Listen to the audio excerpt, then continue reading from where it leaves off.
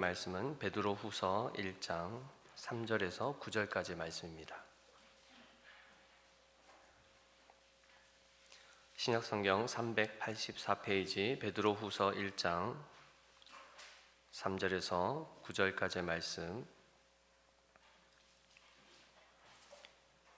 우리 함께 하나님의 말씀 합독하겠습니다.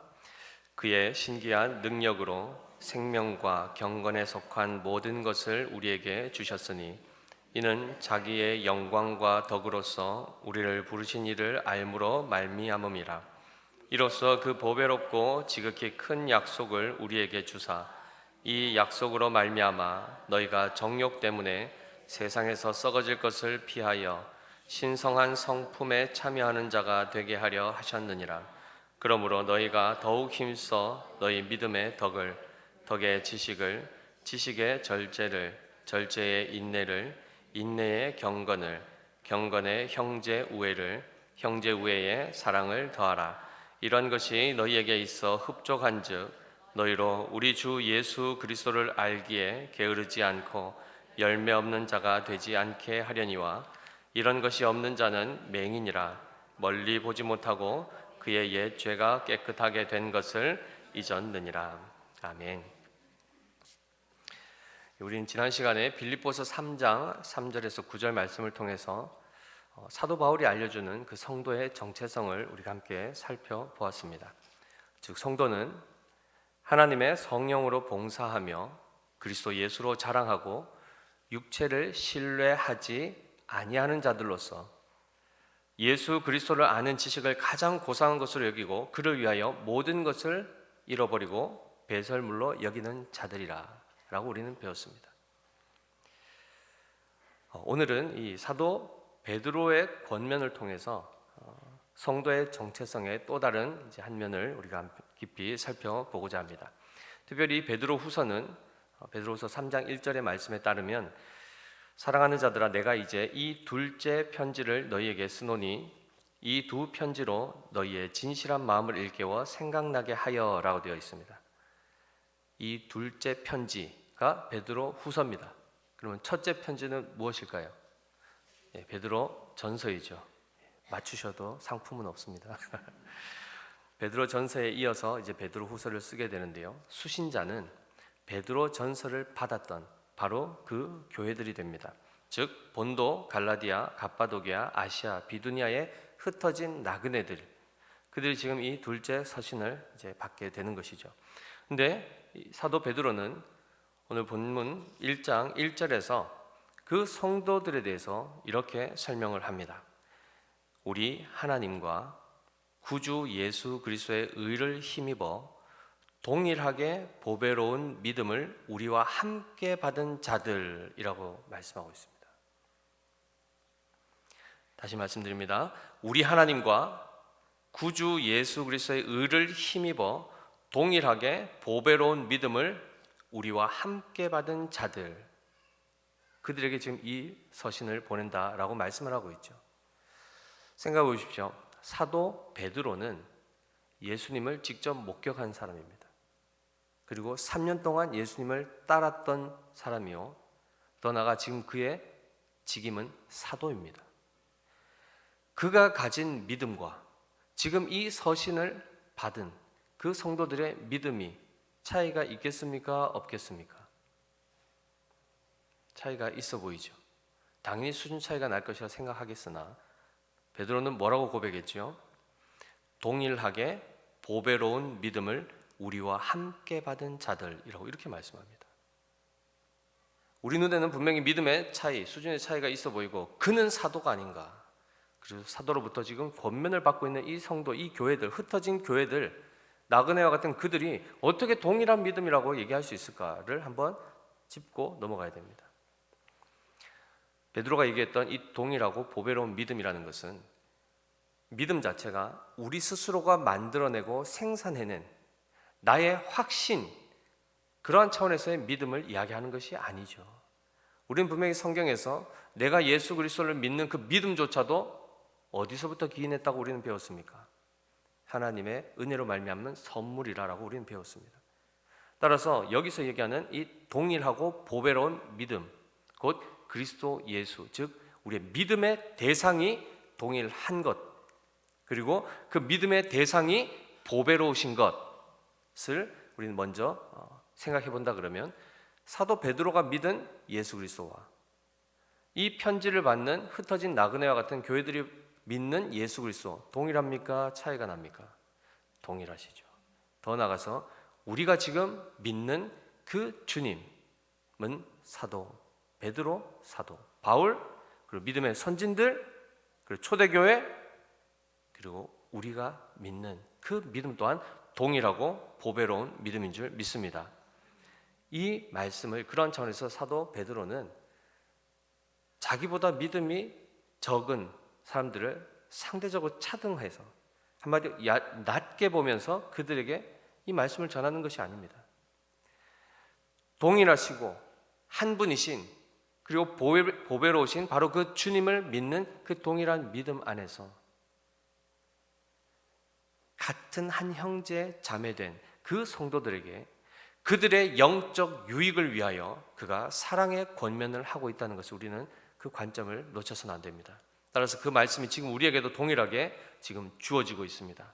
동일한 믿음, 보배로운 믿음을 가진 우리요, 또한 우리의 영적 성장과 영적 유익을 위해서 사도 베드로가 전해준 이 말씀이 지금도 성령으로 말미암아 우리에게도 선포되고 있습니다. 오늘의 이 말씀을 그러한 차원에서 집중해서 함께 잘 살펴보면 좋을 것 같습니다. 베드로는 오늘 본문을 통해서 하나님의 관점에서 성도의 정체성을 좀 더 심도 있게 설명을 해주고 있습니다. 3절 후반부를 잠깐 보시면, 성도가 누구인가? 즉 이는 자기의 영광과 덕으로서 우리를 부르신 이라고 되어 있습니다. 그를 또한 알므로 말미암아, 앞쪽으로 넘어가면 그의 신기한 능력으로 생명과 경건에 속한 모든 것을 부여받은 자들이 곧 성도라는 것이죠. 다시 설명을 드리면, 성도는 하나님께서 자기의 영광과 덕으로 부르신 자들로서 하나님을 알게 된 자들입니다. 더 나아가서 하나님을 알므로 말미암아 하나님의 그 신기한 능력으로 생명, 곧 그리스도와 연합된 생명을 말씀하는 것이며, 그리고 경건, 곧 올바르게 하나님을 경외하며 예배하는 삶, 그런 예배하는 것을 거기에 속한, 거기에 필요한 모든 것을 이미 받은 자들이 곧 성도라고 얘기합니다.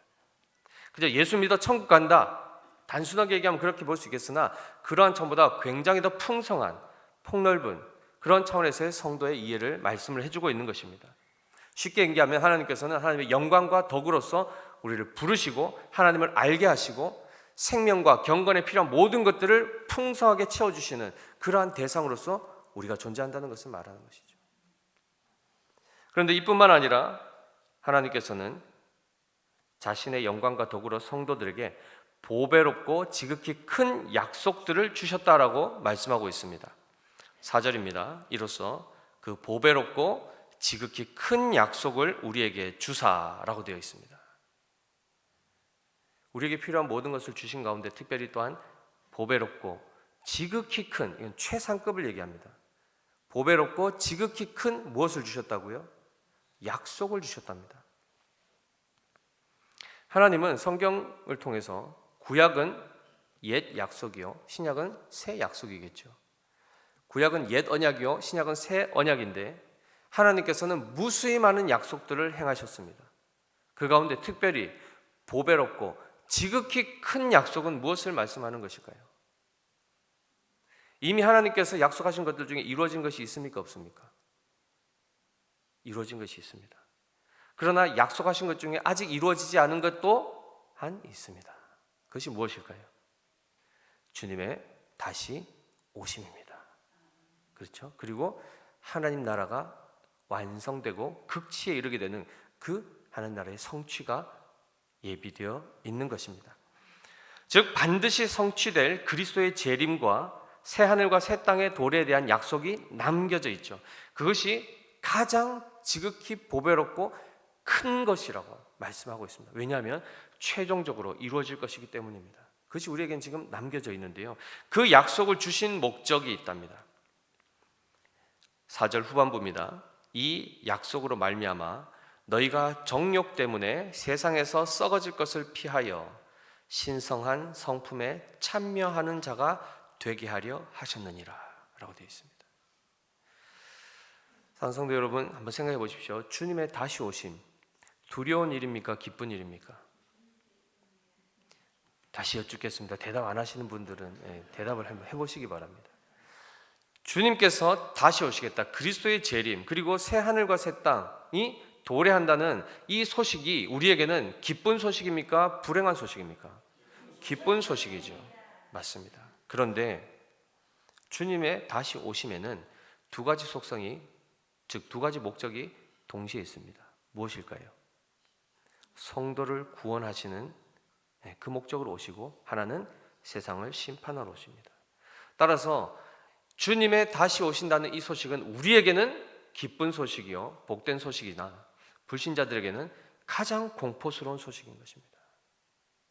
그러한 차원에서만 보더라도 우리에게 약속하신 이 약속이 이루어지는 그 마지막 날, 그날은 우리에게는 영광의 날이요 정말 복된 날이 되는 것이죠. 이것만 하더라도 하나님께서 이 약속, 내가 반드시 너에게 주겠다, 앞서 얘기했던 생명과 경건에 속한 것을 이미 우리에게 주셨고 계속 주시며 앞으로 약속을 통하여 우리에게 주실 그 그리스도의 재림과 하나님 나라, 그 새 하늘과 새 땅 가운데 거하게 될 그 영광스러운 하나님의 유업을 이어받게 되는 이 약속이 우리에게는 어마어마한 복이라는 것입니다.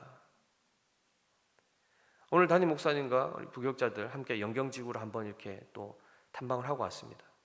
땅 한 평만 하더라도 몇 백만 원, 뭐 한 평에 1,000만 원, 뭐 이렇게 부르더라고요.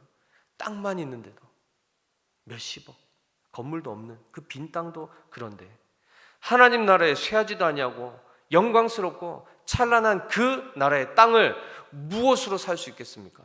우리가 가진 소유로 살 수 있는 것이 있습니까? 없습니까? 결코 없습니다. 한 평이 뭡니까?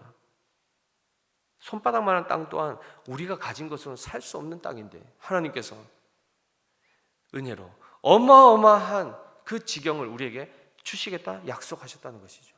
엄청난 축복인 것입니다. 그런데 우리가 여기에서 한 가지 좀 더 깊이 살펴볼 것은 바로 이것입니다. 하나님은 그저 우리가 죄 짓지 않는 그런 어떤 존재가 되는 수준, 거기에 만족하지 않으신다라고 하십니다. 무슨 말씀인가? 하나님은 우리가 그 죄에서부터 돌이켜 그 돌이킨 후에는 하나님의 성품을 닮아감으로 그분과 함께 신적 수준에서의 하나님과의 교제를 하는 자가 되기를 목적하셨다는 것입니다. 그것이 곧 신성한 성품에 참여하는 자가 되게 하시기 위한 것이 하나님의 작정 안에 지금 있다는 것을 말씀하고 있습니다. 앞에서 보았듯이 하나님은 영광과 덕이 있으신 분이라고 말씀하셨습니다. 근데 우리가 영광에 대해서는 많이 우리가 하나님께 영광, 또 어떤 자기가 생각하지 못한 것에 높은 자리나 아니면 그런 어떤 모임 장소에 가게 되었을 때, 아니면 정말 훌륭한 너무 높은 분을 만났을 때 우리는 그분을 만난 것이 영광입니다. 뭐 이 자리에 참여하게 되고 초대받은 것이 영광입니다. 이런 표현들을 쓰죠. 영광이라는 말은 참 많이 씁니다. 빛남, 광채, 장엄함 이런 것들이 다 포함되어 있는 뜻인데요. 덕은 뭘까요? 덕에 대해서는 우리의 이해가 좀 낮습니다. 잘 사용하지도 않을 뿐 아니라 또 성경이 말씀하는 그 이해와는 조금 거리가 멀 때가 많은데요. 이 덕이란 말은 사전적인 의미로 보면 사람이나 사물이 갖추고 있는 탁월하고 유능한 속성을 말합니다. 좀 말을 풀어 하다 보면 좀 어렵게 되는데요. 사람이나 사물이 갖추고 있는 탁월하고 유능한 속성, 이것을 덕이라 이렇게 말씀하고 있습니다. 즉, 이 말은 한 존재의 존재다움을 표현할 때 쓰는 말인데요, 기능적인 면과 인격적인 면이 조화롭게 뛰어난 것을 말합니다. 예전에 제가 처음 부임할 때, 저녁 설교할 때 착하고 충성된 종 설교 한번 한 적이 있습니다. 어떻게 했죠? 성품적으로도 선하며, 그리고 실제적인 일을 하는 데 있어서도 성실한, 한마디로 기능적인 면과 인격적인 면을 골고루 갖춘 그러한 모습이 하나님이 기뻐하시는 착하고 충성된 종의 모습이라 한 것처럼, 이 덕이라는 것이 바로 그러한 총체적인 한 인격체, 한 존재의 그 전 인격이 수준적으로 볼 때 탁월한 것을 덕이 있다라고 이렇게 표현한다는 것입니다. 그러면 이 단어를 하나님께 적용한다면 곧 모든 면에서 탁월하신 하나님의 하나님다우심이 곧 하나님의 덕이라고 우리는 이해할 수 있는 것입니다. 자, 이처럼 탁월하신 영광의 하나님께서 우리로 그분의 성품을 담게 하사 교제하시겠다라고 하는 이 작정은 어마어마한 작정입니다. 왜냐하면 하나님께서 죄인들을 불러 의롭게 하시고 그들과 함께 영원토록 높은 신적 수준의 차원에서 깊은 사랑의 사귐을 나누시고자 하는 이 하나님의 뜻은 우리의 이해로, 우리의 머리로 상상할 수 없는 수준이기 때문입니다. 그게 도대체 뭐지? 도대체 가늠이 되지 않는 그 신적 수준, 신성한 성품에 참여하는 것, 도대체 신성한 성품이 무엇인지도 우리는 잘 이해하지 못하는데, 그것에 참여함으로 하나님과 신적 수준에서의 사랑의 교제, 깊은 교제함을 누리도록 하기 위해서 하나님이 우리를 부르셨다는 것입니다. 놀라운 것은 바로 이 하나님의 작정하심이, 즉 우리를 향하신 하나님의 선하시고 거룩하신 뜻 가운데 세워진 바로 이 부분이 지금 우리에게 주어지고 있다는 것이고 우리에게 목적되어 있다는 것입니다. 단순히 죄 안 짓고 옛날보다 좀 착하게 그냥 좀 살다가, 평범하게 살다가 어려움 안 당하고 고난 없이 그것이 행복인 줄 알고 살아가다가 나중에 죽으면 천국 간다, 이런 차원이 아니라는 것입니다. 하나님께서 우리를 구원하신 목적은 죄에서부터 불러내셔서 그리스도의 보혈로 씻으시고, 씻으시는 목적 자체가 깨끗하게 만드신 목적이 있다는 것입니다. 거룩하신 하나님, 죄가 없으시고 어둠이 없으시고 빛으로 충만하신 그 영광의 하나님 앞으로 우리를 인도하시사, 우리로 하여금, 우리가 인간이죠, 창조주와는 격으로 보더라도 넘을 수 없는 그 격이 있습니다. 격차가 있습니다. 그것을 그리스도로 말미암아 최상으로 끌어올리셔서 그 하나님과 교제하고 대화하고 사랑할 수 있는 그러한 대상으로 하나님 우리를 끌어올리신다는 것입니다. 이것이 하나님이 가진 목적이라는 것이죠. 즉 정욕 때문에 세상에서 썩어질 것을 피하는 정도가 아니고, 즉 육체의 정욕 때문에 세상의 것만 막 이렇게 아등바등하면서 하는 거기서 벗어나는 정도가 아니라, 이것은 소극적인 것입니다. 적극적으로는 신성한 성품에 참여하는 자로 변화되어가는 그 삶, 그것을 하나님이 목적하셨다는 것이죠. 자, 이렇게 듣고 나면 우리는 당장 이런 생각이 듭니다. 하나님께서 거룩한 초청으로 우리를 그러한 삶으로 초대하셨는데 우리가 상상할 수도 없고 감당할 수도 없는 그러한 자리입니다. 한마디로 엄청 부담스러운 자리라는 것입니다. 그래서 때로는 굳이 그렇게까지 안 하셔도 되는데, 그냥 천국에 요만큼 땅만 있어 내가 들어가면 가면 좋을 것 같은데 라는 생각을 할 수도 있죠. 그렇죠? 또 한 가지 생각은, 그 신적 수준까지 그럼 우리는 도대체 어떻게 갈 수 있는가? 내 노력으로 할 수 있는가? 도대체 그 수준에 이를 수는 있는가? 라는 의문이 들 수도 있습니다.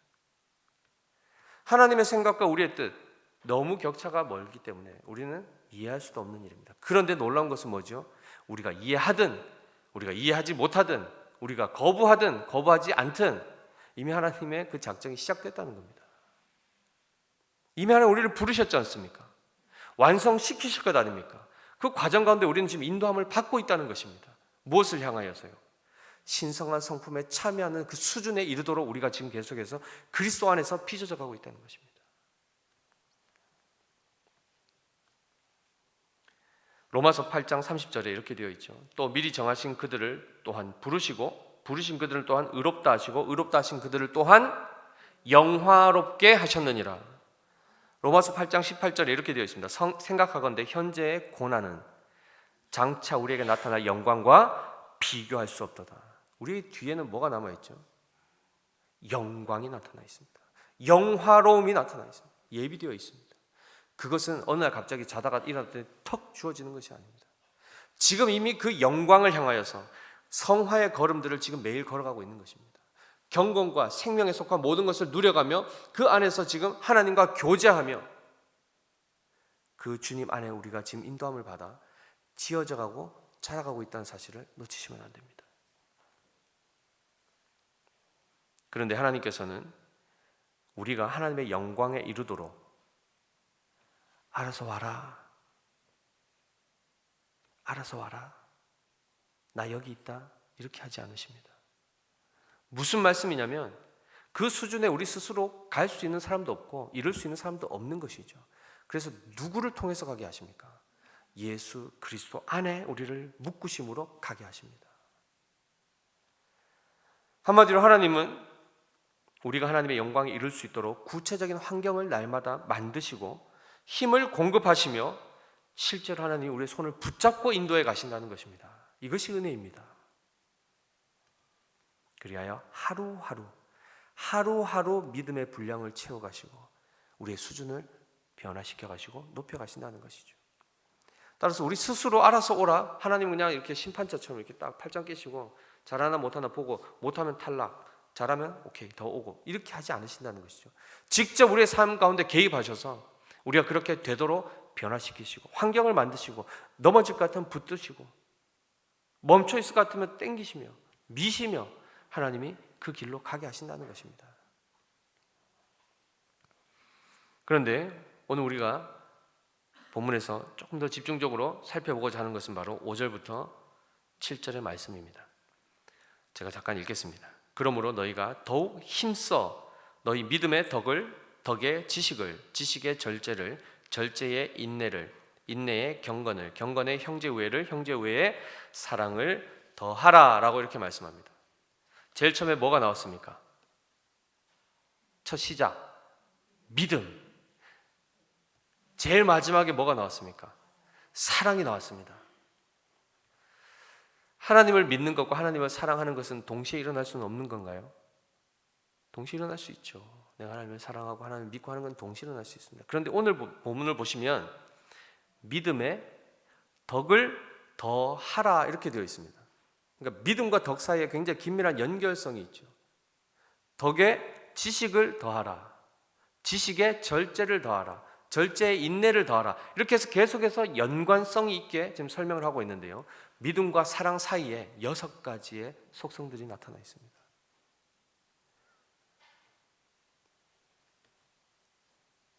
놀라운 것은 하나님께서 우리를 믿음의 사람으로 시작하셔서 완전한 사랑의 사람으로 세우시기까지 그 과정 가운데 엄청난 속성들, 하나님의 속성들, 성품들을 채우신다는 것입니다. 한마디로 이 믿음, 사랑이라는 것이 가볍지 않은 개념들이라는 것입니다. 그런데 이것을 우리가 조금 오해하면 안 되는 것이, 그래서 순차적으로 일어난다. 믿음에서 사랑에 이르기까지 믿음이 있을 때 사랑은 없고 쭉 가다가 마지막에 사랑이 된다, 이런 개념이 아닙니다. 유기적으로 연결되어 있습니다. 그러나 분명히 이 안에 채워야 될 것들이 있다는 것을 말씀하고 있는 것입니다. 믿음만 있다고 다가 아니라는 것이죠. 믿음에 무엇이 채워져야 된다고요? 덕을 채우랍니다. 덕을. 아까 살펴봤죠. 덕이 뭐였죠? 무엇이었냐면 어떤 존재 다음에 탁월함을 얘기하는 것입니다. 그러면 우리에게는 믿음이 있습니다. 믿음으로 시작했습니다. 그리스도를 믿는 믿음이 되어서 하나님의 자녀가 되었습니다. 그러면 그 다음에 덕을 더하라는 것은 무슨 말씀입니까? 하나님의 자녀의 자녀다움을 가지라는 것입니다. 성도의 성도다움이 필요하다는 것입니다. 즉 영혼 없는 몸이 죽은 것 같이 행함이 없는 믿음은 죽은 것이니라 라는 야고보서 2장 26절 말씀 잘 아시는 말씀이죠. 믿음이 있다 하는 자는 반드시 열매로서 뭐가 나타나야 되냐면 순종이 나타나야 하며, 순종은 곧 실제적으로 구체로 선한 행실로 나타나는 것입니다. 믿음이 있는 성도라 그러면 그들의 일상생활 가운데 선한 행실이 나타나야 됩니다. 누구 볼 때 선한 행실이죠? 하나님의 기준에, 하나님 보실 때 선한, 우리가 볼 때 이 정도면 됐어 하는 그런 기준 아닌, 하나님이 보실 때 보시기에 좋았더라 하는 그런 모습들이 우리에게서 실제로 나타나야 된다는 것입니다. 그런데 이 덕에 무엇을 더하라고 했죠? 지식을 더하라고 합니다.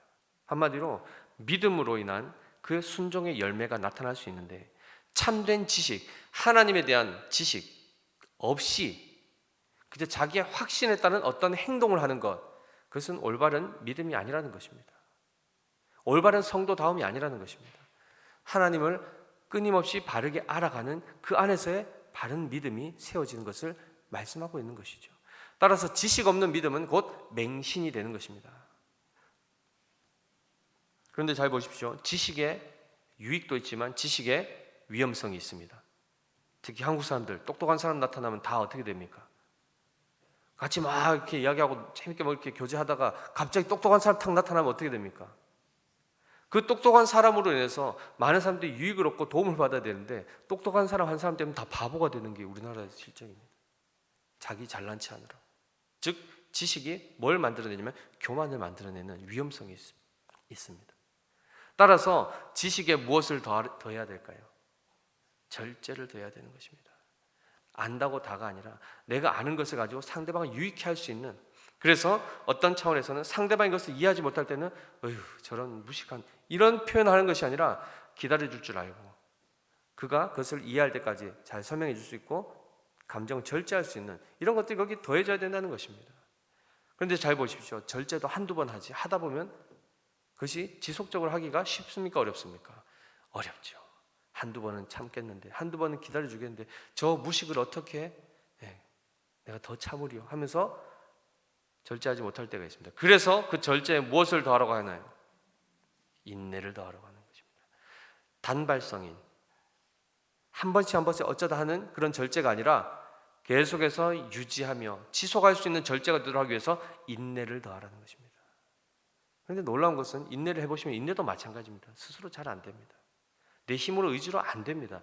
그래서 항상 무엇이 필요하냐면 늘 하나님을 의지하고 겸손히 주님의 도우심을 구하는 그 삶이 필요한데, 그것이 바로 경건인 것입니다. 아멘이시죠? 하나님을 바르게 경외함으로 그분을 예배하는 삶, 그분의 통치와 다스림을 받는 삶이 동반될 때 비로소 믿음과 덕과 그다음에 지식과 절제와 인내, 그것이 그 경건의 삶으로 녹아지게 되는 것입니다. 여기까지 보시면 지금 우리가 6가지의 속성들을 살펴보았는데요, 하나님은 지금 우리가 이런 것들을 잘 구비하는 것으로 충만하게 흡족할 만큼 채워지기를 원하신다 하십니다. 그런데 이것은 그 방향성이 개인에게 있습니다. 내가 그렇게 되기를 원하신다는 것입니다. 우리 개인 한 명 한 명이 그렇게 되기를 원하신답니다. 그런데 하나님의 목적은 단순히 개인에게만 있지 않습니다. 하나님의 모든 관심은 누구에게 있습니까? 교회에 있습니다. 교회라는 것은 바로 그 성도 한 사람 한 사람이 함께 모여 연결되어 유기적으로 연합된 공동체로서의 그 주님의 몸을 얘기하는 것입니다. 자, 이렇게 얘기하면 또 극단적으로 그럼 개인은 안 중요하단 말이냐 이야기가 아니라, 주님은 지체 하나하나도 하나님은 소중하게 생각하시되, 단순히 그 지체가 분리되어서 내가 제일 소중해, 나 없으면 안 되지, 이렇게 하는 것이 아니라 그들을 다 묶으신 몸을 최종적인 하나님의 사랑의 대상으로 바라보시며 우리를 대하신다는 것입니다. 따라서 믿음과 덕과 지식과 절제와 인내와 경건을 더한 자들이 그 다음에 나가야 할 방향이 어디입니까? 형제의 우애로 나가는 것입니다.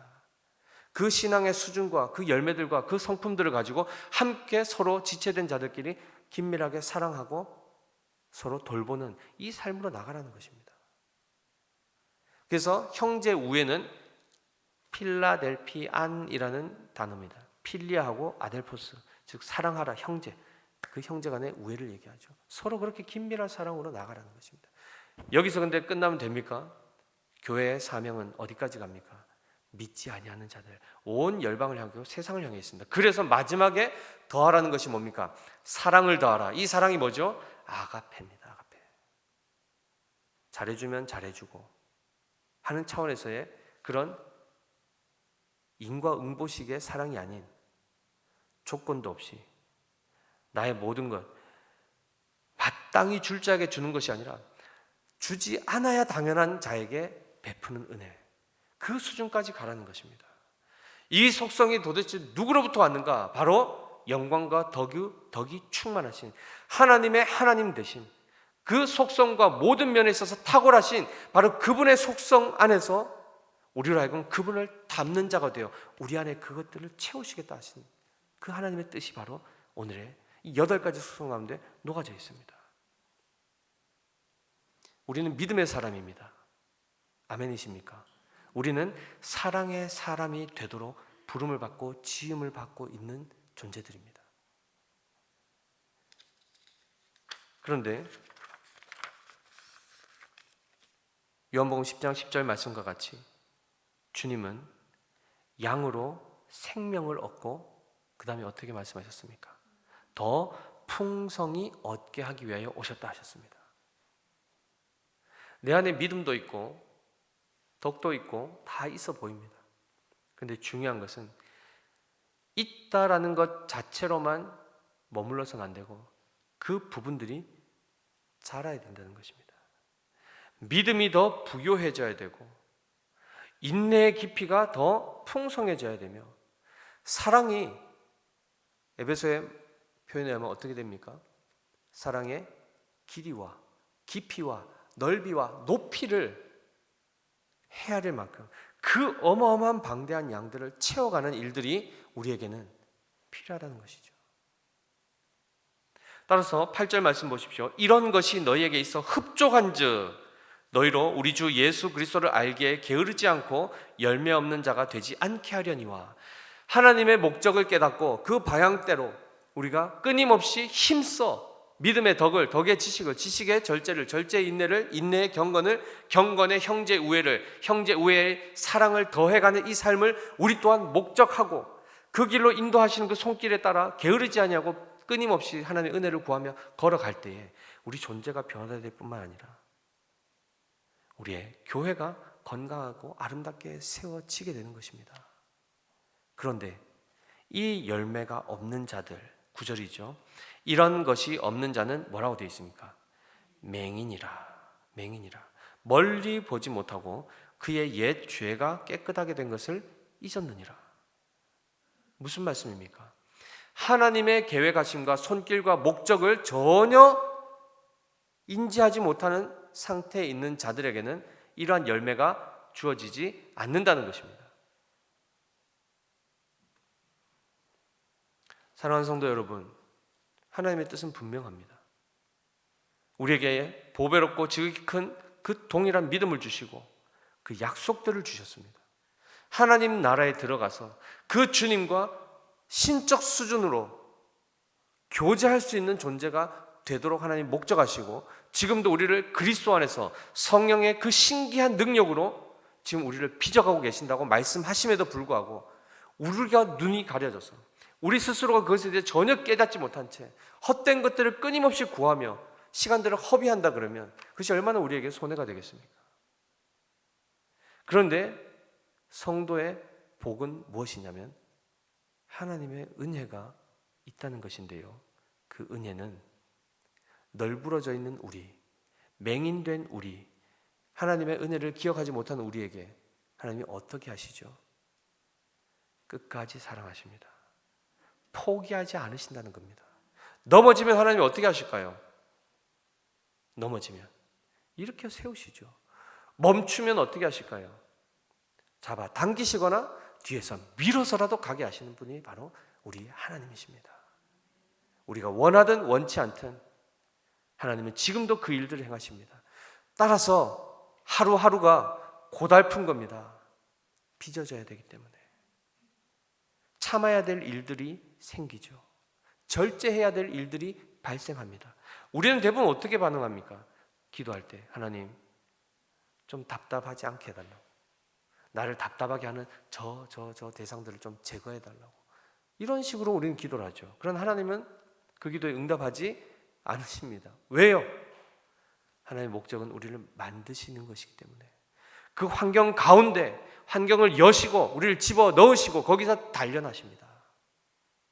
그래서 그 고난을 피하는 자가 아니라 고난을 견딜 수 있도록 그 안에서 인내할 수 있도록 하나님 은혜를 베풀어 주시옵소서. 그리하여 나를 변화시키사 신성한 성품에 참여할 수 있는 그 수준에 이를 수 있도록 하나님 은혜를 베풀어 주시옵소서. 이렇게 기도하는 것이 또 하나님을 기쁘시게 하는 기도요, 응답받는 기도인 것이죠. 이러한 하나님의 신실하신 손길을 매일매일 경험하게 되면 우리는 믿음의 담력이 생깁니다. 그리고 소망이 생깁니다. 무엇이죠? 지금도 그 수준 앞에 서면 우리는 부끄럽죠. 우리는 부족하죠. 그러나 하나님은 계속 우리를 만들어가고 계시다는 그 사실에 마지막 날 완성하실 분이 누구십니까? 하나님이십니다. 그 영광의 자리에 세우실 분이 누구십니까? 하나님이시죠. 따라서 지나가고 나면 우리는 압니다. 예전보다 우리가 바뀌었구나. 예전보다 바뀌었구나. 힘이 빠져가는 것 복입니다. 우리의 혈기가 사라지는 것 복입니다. 그것이 멍청하거나 부족하고 어리석어지는 것이 아니라 그것이 바로 우리로 하여금 더 온유한 자가 되게 하시는 것이요, 하나님의 성품을 닮아가는 자가 되게 하시는 것이기 때문에 우리는 매일매일 그 손길에, 그 연단의 손길에 붙잡혀 살아가게 되면 마지막 날 주님이 나를 어디까지 세우실까 기대하게 되는 것입니다.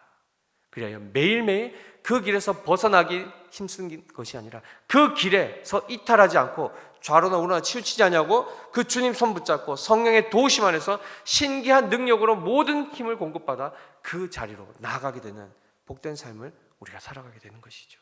이것이 우리에게 은혜요, 우리에게 소망이요, 우리에게 감사거리가 되는 것입니다. 영교회 성도님들 모두가 하나님께서 주신 보배롭고 동일한 믿음 안에서 예수 그리스도의 수준에서의 믿음과 사랑으로 충만하게 되어 아름답고 건강하게 성장하는 영광스러운 교회로 세워지시기를 예수님의 이름으로 축복합니다.